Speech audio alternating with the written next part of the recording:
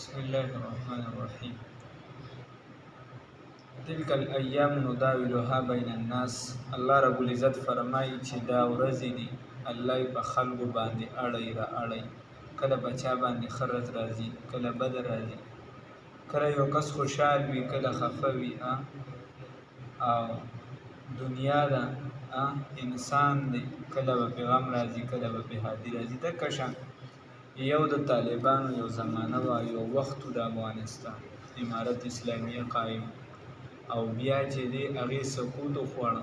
بیا د اشرف غني دغه چې دی د اصلي ورته کرزي صاحب حکومت قایم شو، بیا ورپسې اشرف غني صاحب راغی. عزتمندو هغه وخت هم تېر شو. تلک الایام نداولها بین الناس. خپل وخت ته ورسېدل، اخري چې الله رب العزت څه لیکل کړو په هغې باندې فیصله کېږي. اوس دا حالات د مسلمانانو باندې سخت دي، هر ځای کې مسلمانان په خپلو کې نښتي دي، یو بل ته لاندې وتي.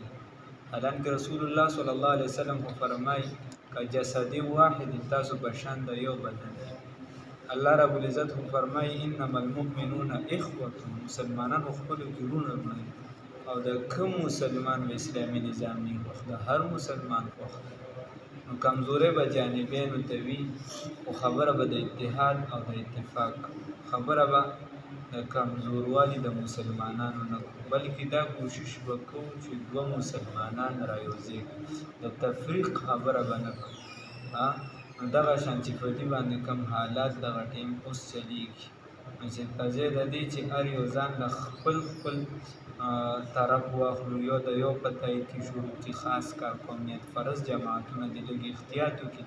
دا که ځان ته دغه خپل وطن وایي، ځان ته خاوره وایي، نو دا احتیاط دې وکړي چې د اتفاق خبره دې وکړي. ایک هو مسلم حرم کی پاسبانی کے لیے نیل کے ساحل سے لے کر تا بخا کی کاشغا.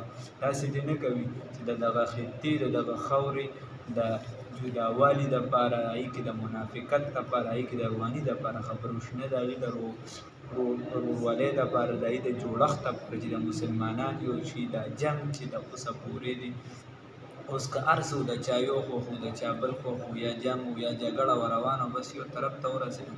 اوس الله رب العزت دې دغه سوي طرف ته بوځي، او دا منتقلي د اقتدار چې په صحیح انداز سره وشي چې موږ سایډونه وانه خلو.